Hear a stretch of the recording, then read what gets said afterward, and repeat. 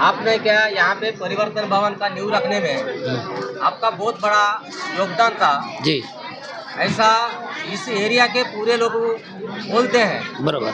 तो इसके निर्माण में आपका योगदान और आगे चलकर आपका समाज के लिए जो कार्य है वो आप थोड़ा सा बताइए। जी, मेरा अकेला का न्यू नहीं था। हम, मेरा दोस्त सुनतकारी सर है, कावरे सर है, हम तीनों मिलकर इसके बारे में न्यू रखे थे।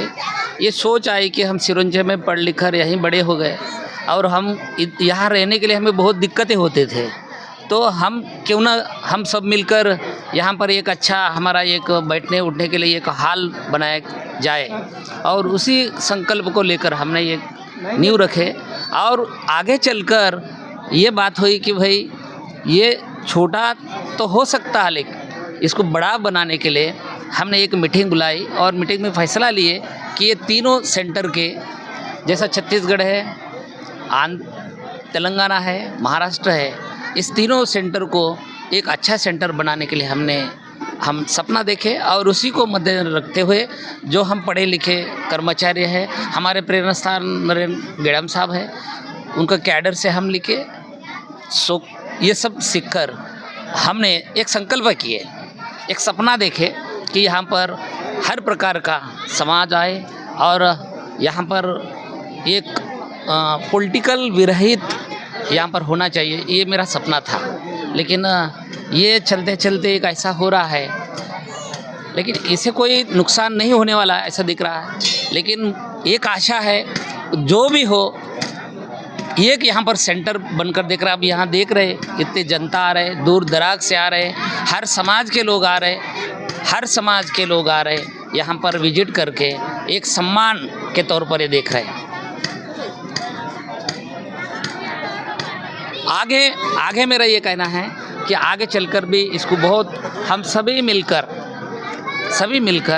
करेंगे, और उसमें मेरा बहुत बड़ा योगदान रहेगा, और उस हिसाब से हम काम करेंगे।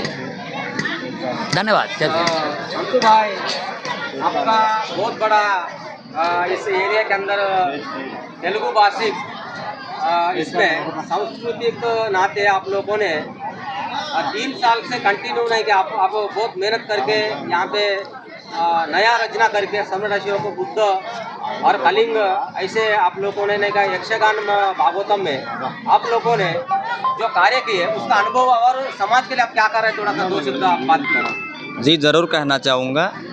पिछले 3 साल से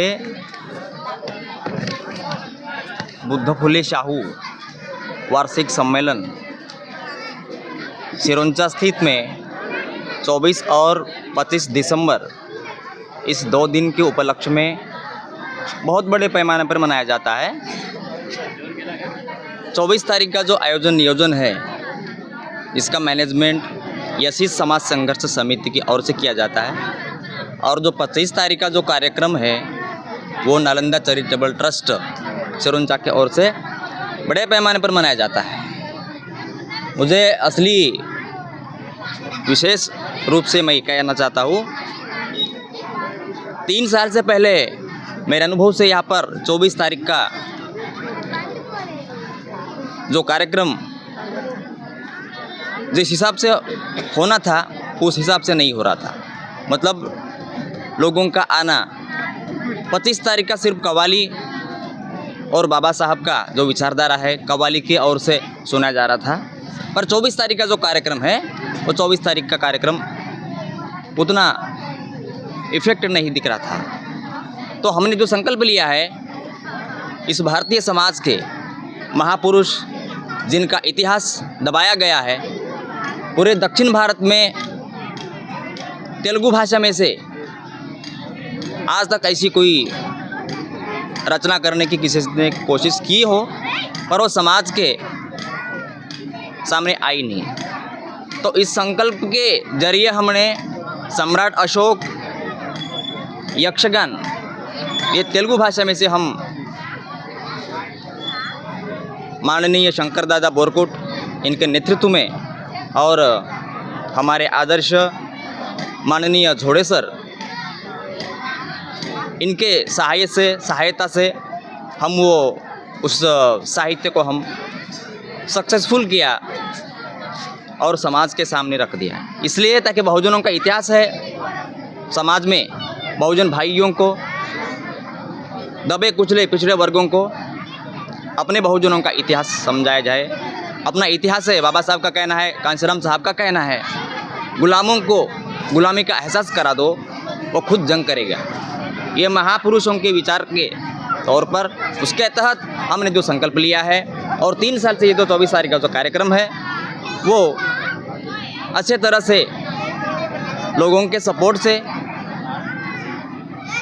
मनाया जा रहा है और आगे भी चलकर ये 24 तारीख का जो कार्यक्रम है 25 तारीख के कार्यक्रम के साथ ही साथ 24 तारीख का भी जो कार्यक्रम है उसी तरह लोगों के आशीर्वाद से, बड़े लोगों के सलाह से हम यशस्वी करेंगे, पूरा करेंगे और समाज को महापुरुषों का इतिहास जो है समाज के सामने लाके अपने भारतीय समाज को इतिहास का उजागर करके हम इस भारत देश में बहुजनों का सत्ता प्रस्थापित करेंगे। यही हम संकल्प लेके चलते हैं। नमो बुद्धाय, जय भीम, जय भारत।